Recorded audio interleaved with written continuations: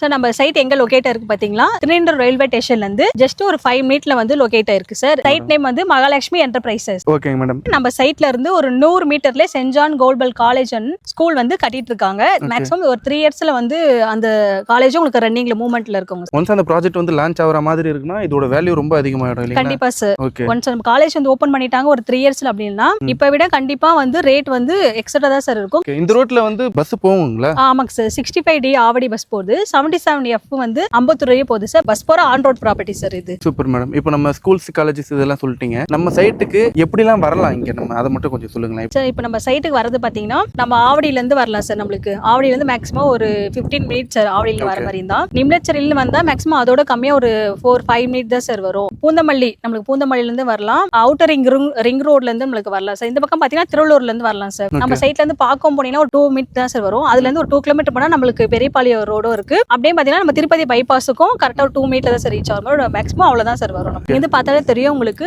Title park தெரியும் sir நம்மளுக்கு. Okay, அங்க தெரியறது தான் டைட்டில் பார்க் இல்லைங்களா சைட்ல இருந்து? ஆமாங்க சார், அங்க தெரியுது டைட்டில் பார்க். ஓகே, இங்க இருந்து ஒரு 5 மினிட்ஸ்க்குள்ள ரீச் ஆயிடும். 5 மினிட்ல ரீச் ஆயிடலாம் சார்.